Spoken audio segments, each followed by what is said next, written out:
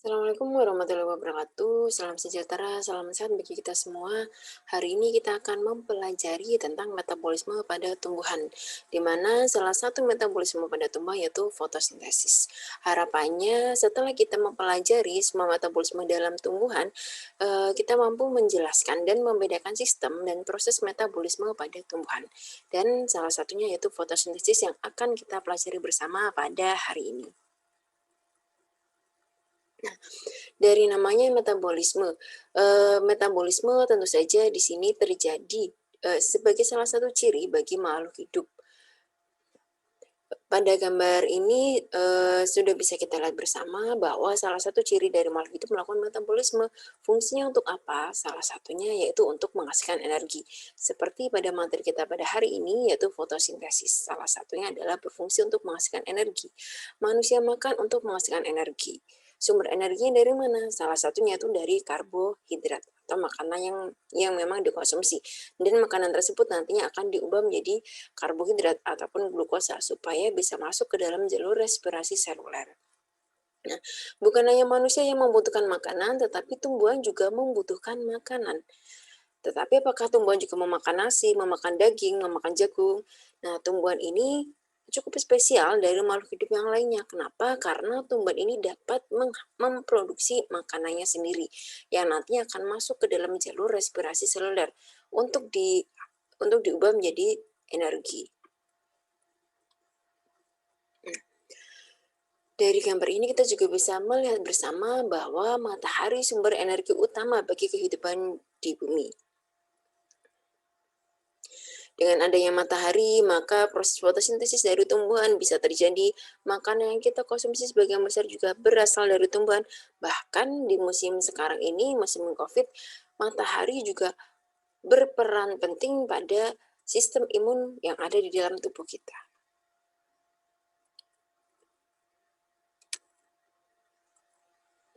Hampir semua tumbuhan adalah autotrof, artinya tumbuhan itu dapat menghasilkan makanannya sendiri.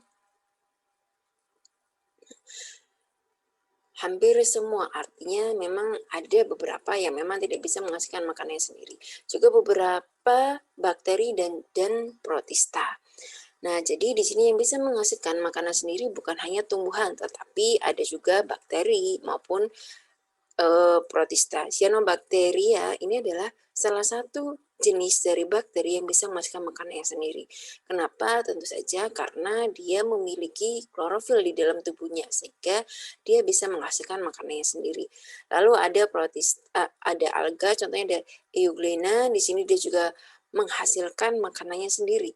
Artinya sebetulnya yang bersifat autotrof ini bukan hanya pada tumbuhan, tetapi pada alga maupun bakteri juga bisa bersifat sebagai organisme yang autotrof atau organisme yang menghasilkan makanannya sendiri. Nah, kenapa disebut sebagai organisme autotrof atau menghasilkan makanannya sendiri? Karena tadi di awal sudah kita pelajari bersama bahwa makanan yang dikonsumsi atau yang dibutuhkan sebagai sumber tenaga atau sumber energi yang paling utama adalah karbohidrat. Nah, salah satu hasil dari fotosintesis yaitu C6H12O6, salah satu karbohidrat. Sehingga ketika dia berhasil memproduksi makanannya sendiri atau karbohidratnya sendiri, maka bisa langsung masuk ke dalam jalur respirasi seluler untuk menghasilkan energi. Berbeda dengan manusia maupun hewan, kita membutuhkan asupan karbohidrat dari luar. Meskipun ada beberapa jalur di mana ketika kita kekurangan glukosa, maka kita bisa menghasilkan glukosa dari jalur yang lain selain jalur pencernaan yang kita dapat. Selain dari jalur pencernaan ataupun makanan yang kita dapatkan dari luar.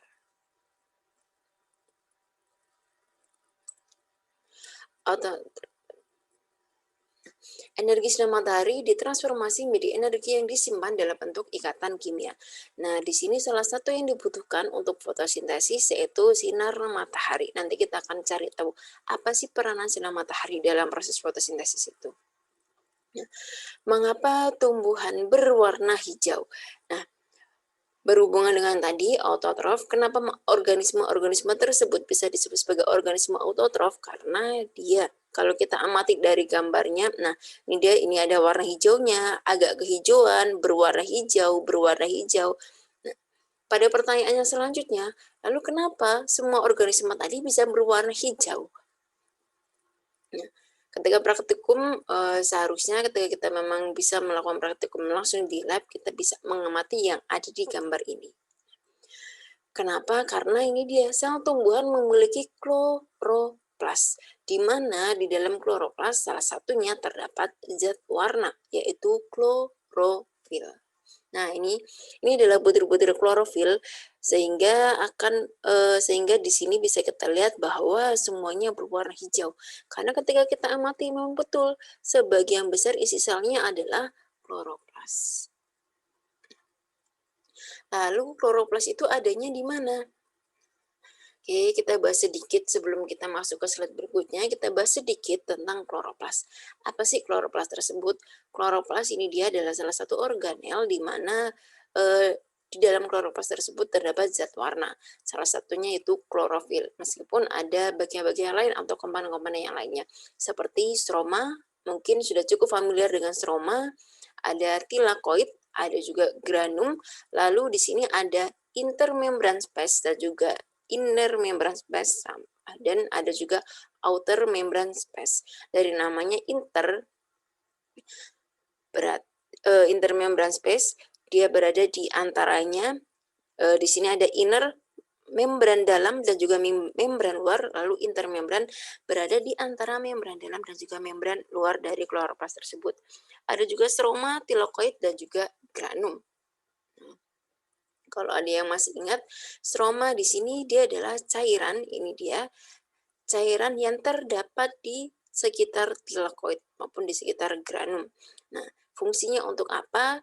Stroma ini merupakan salah satu tempat terjadinya fotosintesis. Selain itu, stroma juga merupakan tempat untuk tempat terdapatnya hasil fotosintesis. Lalu ada tilakoid, bisa kita lihat ini dia.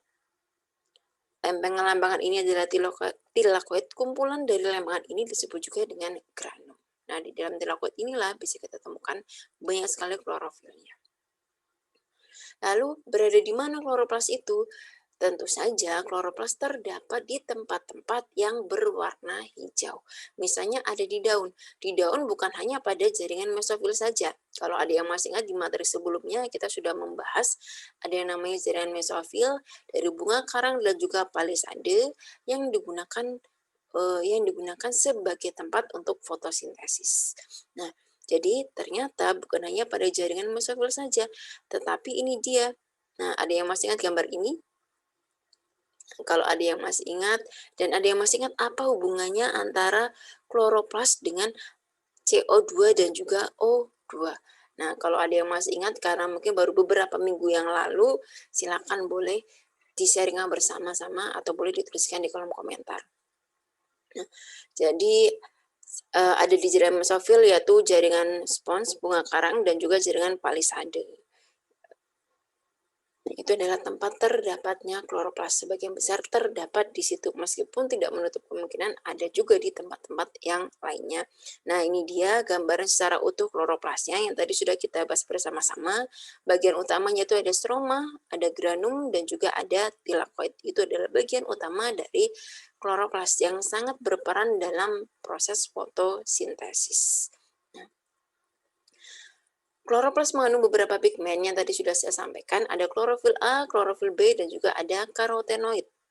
Nah, jadi ada klorofil A, klorofil B, dan juga ada karotenoid. Nah, kalau biasanya kita mengenal hanya ada klorofil saja, ternyata klorofil di sini ada beberapa macam. Ada klorofil A, ada juga klorofil B. Klorofil A dan B ini adalah klorofil yang cukup berperan pada proses fotosintesis. Meskipun beberapa sumber yang lain menyebutkan jenis klorofil bukan hanya A dan B, tetapi pada proses fotosintesis di sini nanti akan kita pelajari adalah klorofil A dan klorofil B. Nah, lalu apa yang membedakan antara klorofil A dan juga klorofil B? Nah, ini adalah struktur umum dari klorofil. Ada yang namanya cincin porfirin, ini dia cincin porfirin, di mana bagian tengahnya N-nya akan berikatan dengan Mg. Nah, ini cincin. Nah, yang membedakan yaitu pada klorofil A, dia memiliki gugus metil, ini dia CH3. Tetapi pada klorofil B, yang dia bukannya memiliki metil, dia juga memiliki gugus karboksil. Nah, nanti di sini akan diganti dengan karboksil, COOH. Nah, itu yang membedakan antara klorofil A dan juga klorofil B. A memiliki metil, B memiliki gugus karboksil. Nah, lalu ada juga piltoltail, ini adalah salah satu ciri khusus dari klorofil. Kenapa? Karena sebetulnya cincin porfirin ini bukan hanya terdapat pada klorofil. Cincin porfirin juga terdapat pada molekul-molekul yang lainnya, misalnya pada hemoglobin. Hemoglobin juga terdiri dari cincin porfirin. Nah, ini dia gambar molekul dari klorofil. Nah, lalu yang membedakan apa lagi antara klorofil A dan juga klorofil B? Ternyata yang membedakan antara klorofil A dan juga klorofil B di sini adalah kalau kita lihat dari grafik ini dia klorofil B, klorofil A. Nah, yang membedakan adalah spektrum warnanya atau panjang gelombang pada spektrum warna tersebut. Pada klorofil A di sini panjang optimumnya, ini dia, klorofil A kurang lebih adalah 673 dan dia bisa menangkap, kalau kita lihat 673 di sini akan menangkap warna biru violet sampai ke warna merah. Nah, dari biru violet, kenapa dimulai dari biru violet? Karena sebetulnya ada puncak, ada 2 puncak.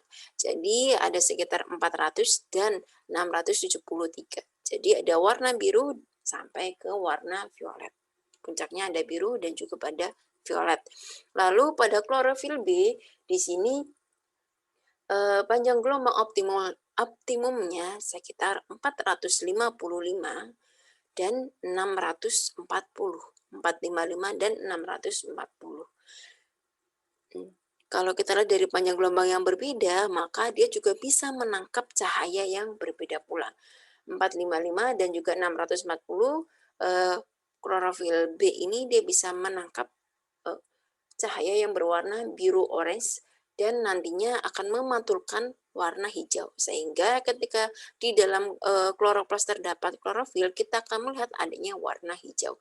Padahal yang ditangkap oleh klorofil bukan cahaya berwarna hijau, tetapi dia akan memantulkan cahaya berwarna hijau. Dia akan memantulkan warna hijau. Sehingga ketika ditangkap oleh mata kita akan terlihat seperti berwarna hijau. Nah, fotosintesis terdiri dari 2 fase. Fase yang pertama yaitu reaksi fitokimia, yang meliputi reaksi fotolisis, reaksi fotofosforilasi, dan juga reaksi cahaya. Reaksi ini dapat berlangsung di grana. Reaksi fotokimia menghasilkan ATP dan NADPH. Nah, jadi reaksi yang pertama ini atau sering kita kenal dengan reaksi terang. Reaksi ini terjadi di grana dan berfungsi untuk menghasilkan ATP dan NADPH plus O2. Nah, fase yang kedua yaitu reaksi termokimia terdiri dari reaksi fiksasi CO2, siklus Kelvin atau jalur Kelvin-Benson yang sering dikenal sebagai reaksi gelap. Reaksi termokimia dapat atau bukan harus berlangsung dalam gelap karena untuk fiksasi CO2, enzim-enzim seroma kloroplas tidak memerlukan cahaya tetapi membutuhkan ATP dan NADPH. Nah, kalau artinya tadi di slide sebelumnya sudah kita pelajari bersama bahwa ATP dan NADPH dihasilkan dari fase 1 atau dari reaksi terang. Nah, hasil dari reaksi terang tersebut nanti akan digunakan untuk fase 2 atau untuk siklus Kelvin atau untuk reaksi gelap yang dihasilkan dari reaksi fitokimia. Nah, jadi cukup berhubungan antara fase 1 dan juga fase 2, antara reaksi terang dan juga reaksi gelap. Nah, kita akan bahas satu persatu. Apa tuh reaksi terang dan apa tuh reaksi gelap? Nah, ini dia fase 1 berlangsung di grana menghasilkan ATP dan juga NADPH. Reaksi secara umumnya yaitu yang dibutuhkan adalah H2O dan juga sinar matahari yang nantinya akan ditangkap oleh klorofil, baik klorofil A maupun klorofil B. Dan dari H2O ini dia akan diubah menjadi H2 plus setengah O2. Nah, inilah salah satu alasan tadi kenapa saya sebutkan hasilnya bukan hanya ATP dan NADPH, tetapi juga menghasilkan O2. O2 inilah yang nanti akan langsung dilepaskan ke udara. H2 ditangkap oleh suatu akseptor A membentuk AH2, AH2 digunakan untuk memfiksasi CO2. Dalam fiksasi 1 molekul CO2 akan dihasilkan O2, diperlukan 2 molekul H2O. Oke, reaksinya sama seperti tadi. Nah, ada 2 kelompok pigmen yang terpisah yang bekerja sama dalam fotosintesis. Kelompok pigmen yang pertama disebut dengan fotosistem 1, menyerap cahaya dengan panjang gelombang yang panjang. Biasanya diserap yaitu cahaya merah. Kenapa? Karena di sini panjang gelombangnya lebih dari 700 nanometer. Nah, kita lihat spektrumnya, ini dia cahaya merah. Lalu fotosistem 2 hanya menyerap panjang gelombang yang lebih pendek atau kurang dari 680 nanometer. Nah, artinya di sini juga bisa kita konversikan ke klorofil A dan klorofil B. Tetapi bukan berarti pada fotosistem 1 hanya ada klorofil A saja atau klorofil B saja, tidak. Baik fotosistem 1 maupun fotosistem 2, kedua-duanya mengandung klorofil A dan klorofil B. Hanya perbandingannya yang berbeda. Nah, ini gambarannya, gambaran dari grananya tadi.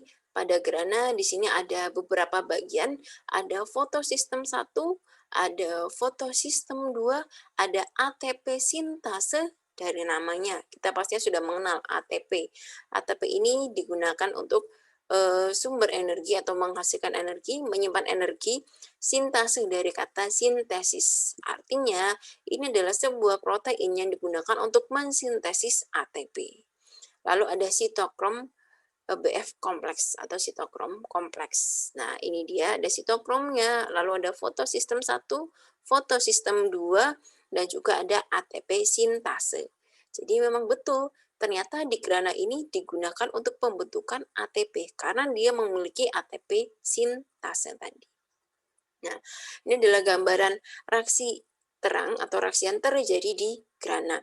Yang pertama yaitu P680, dimulai dari fotosistem 2. Nah, fotosistem 2 di sini dengan bantuan cahaya, akhirnya dia bisa menempaskan elektron. Tetapi elektron tersebut menjadi kurang stabil.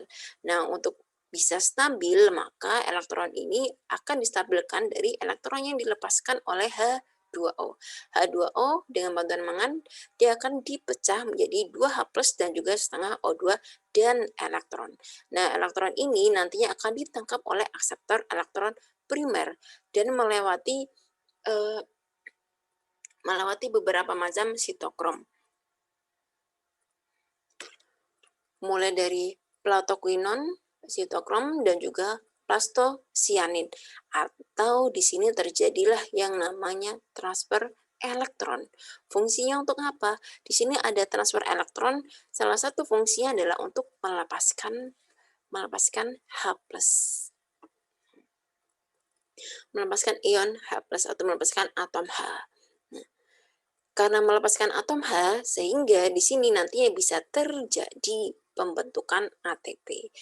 Nah, elektronnya sudah ditransferkan, nantinya akan ditangkap juga oleh fotosistem 1.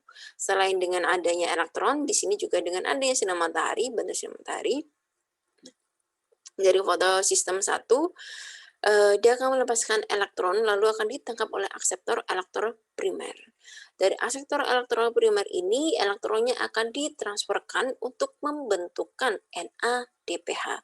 Jadi memang betul di sini ada pembentukan ATP dan juga ada pembentukan NADPH. Nah, di sini ada yang spesial atau ada yang berbeda. Coba cek. Nah, ini dia untuk reaksi yang lebih jelasnya. Pada reaksi terang ini kita akan mengenal ada 2 jalur, yaitu jalur siklik dan juga jalur non-siklik. Jalur non-siklik akan terjadi jika elektronnya itu berasal dari fotosistem 1.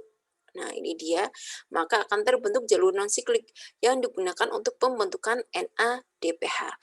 Tetapi jalur siklik juga bisa terjadi ketika di sini fotosistem 1 mendapatkan elektron yang berasal dari fotosistem 2. Artinya dari jalur ini akan mendapatkan elektron, nah elektronnya akan dikembalikan ke sitokrom kompleks.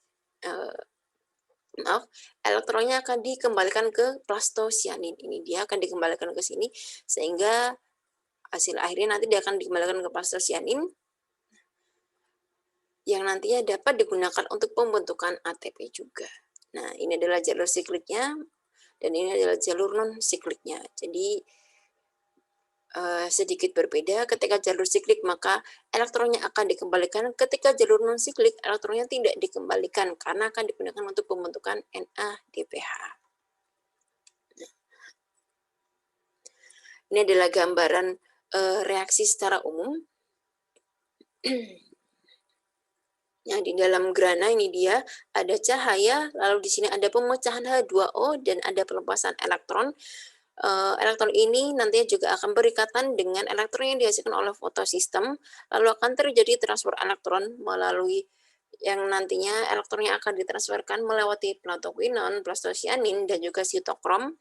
Setiap adanya elektronnya melewati sitokrom ini, ataupun protein-protein yang berwarna biru ini, maka akan diikuti juga dengan pelepasan atom H. Ini dia atom H-nya akan terlepas. Karena di sini terjadi reaksi reduksi, sehingga atom H-nya akan terlepas. Nah, sampailah elektronnya pada fotosistem 1. Tetapi fotosistem 1 juga bisa menangkap cahaya sendiri, artinya dia juga bisa menghasilkan elektron sendiri. Sehingga elektron ini juga bisa digunakan untuk pembentukan NADPH. Lalu bagaimana ATP-nya bisa terbentuk?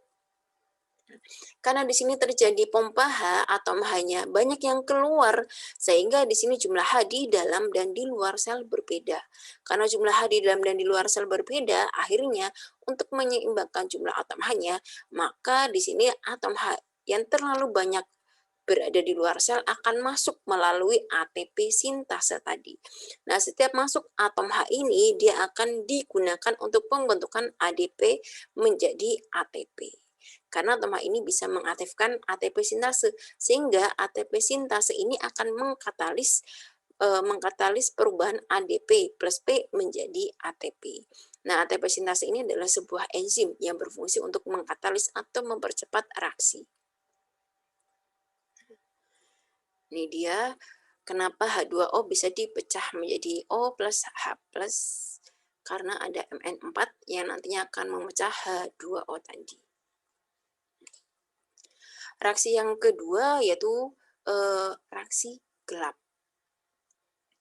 Yang berarti ada 3 tahapan. Yang pertama yaitu fiksasi CO2, ROBP, ribosa 1,5 bifosfat. Memfiksasi CO2 menghasilkan 3 molekul triosa. Enzim yang berperan yaitu rubisco ataupun ribosa bifosfat karboksilase oksigenase. Reaksi ini terjadi di stroma. Nah, ini dia, jadi pada stroma ini digunakan untuk terjadinya reaksi gelap atau terjadi fiksasi CO2 untuk reaksi gelap. PGA adalah molekul dengan 3 rangka karbon sehingga tumbuhan Z3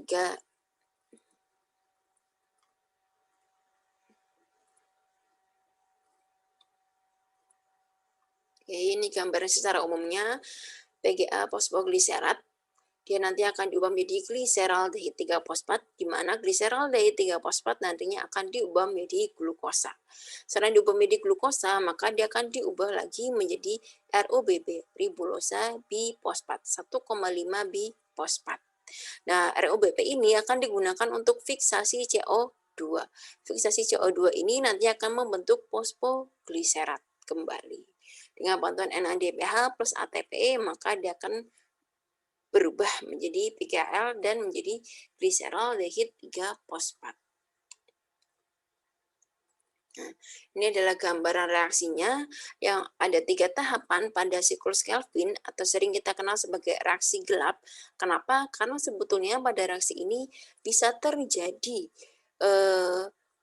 tanpa adanya cahaya.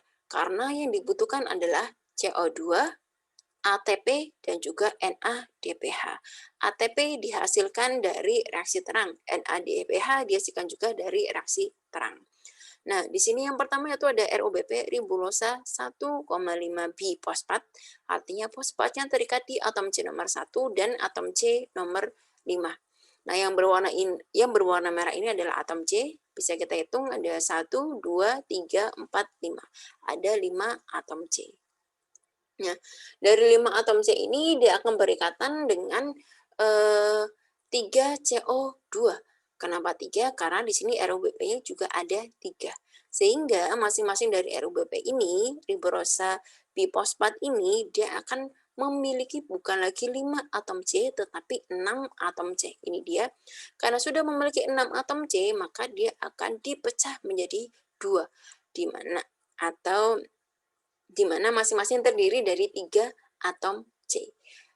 5 ditambah 1 jadi 6, 6 dibagi 2 menjadi 3. Dan masing-masing berkaitan dengan fosfat. Inilah yang disebut dengan 3 fosfogliserat atau 3 PGAL tadi. Nah, jumlahnya ada 6 karena awalnya 3, 3 dibagi menjadi 2 menghasilkan ada 6 molekul 3 fosfogliserat. Nah, ini adalah tahapan yang pertama yaitu fiksasi CO2. Nah, lalu tahapan yang kedua yaitu adalah tahapan reduksi dari 3 fosfogliserat dengan bantuan 6 ATP dan juga NADPH, maka dia akan berubah menjadi gliseraldehid 3 fosfat. Kenapa disebut sebagai tahapan reduksi? Karena sebetulnya di sini adanya perubahan molekul. Meskipun yang kita lihat hanya ada 3 atom C dan juga fosfat masih sama, tetapi di sini ada perubahan molekul, yaitu adanya perubahan atom H. Ini dia ATP diubah menjadi ADP untuk memfiksasi reaksi tersebut, sehingga bisa berkaitan dengan fosfat menjadi gliseraldehid 3 fosfat. Ada 6 molekul gliseraldehid 3 fosfat. Nah, satu molekul dari gliseraldehid 3 fosfat akan digunakan untuk pembentukan glukosa. Nah, sisanya akan masuk ke dalam tahapan yang ketiga, yaitu regenerasi. Regenerasi untuk pembentukan RUBP atau ribosa bifosfat. Sebetulnya untuk pembentukan molekul glukosa kita membutuhkan 2 molekul gliseraldehid 3 fosfat. Nah, di sini ada 3 ATP, karena ada 3 ATP maka kita bisa lihat di sini fosfatnya masih 1, ada 3 ATP, ATP diubah menjadi ADP, artinya dia akan kehilangan 1 fosfat. 1 fosfatnya akan ditangkap oleh gliseraldehid 3 fosfat, sehingga akan kita dapatkan ini dia RUBP, ribosa bifosfat.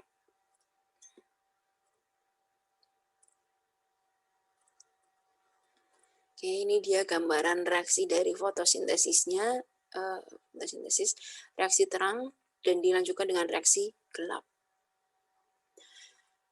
Yang pertama terjadi di grana, reaksi terang dengan pattern fotosistem 1 dan juga fotosistem 2 akan menghasilkan ATP dan juga NADPH. Nah, dan O2 yang langsung dikeluarkan ke udara, ATP dan NADPH akan masuk ke dalam siklus Kelvin atau reaksi gelap.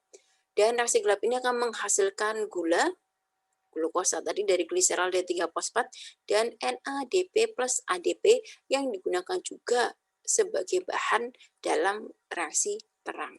Nah, jadi baik reaksi gelap maupun reaksi terang di sini merupakan sebuah siklus. Kalau kita kembali ke slide sebelumnya, NADP ini akan digunakan untuk pembentukan NADPH, ADP ini akan digunakan untuk pembentukan ATP. Mungkin itu sedikit gambaran tentang reaksi fotosintesis. Jika ada hal-hal yang masih dibingungkan, silakan bisa ditanyakan, bisa dituliskan di kolom komentar. Semoga yang sedikit ini bisa bermanfaat. Kurang lebihnya saya mohon maaf. Akhir kata, wassalamualaikum warahmatullahi wabarakatuh.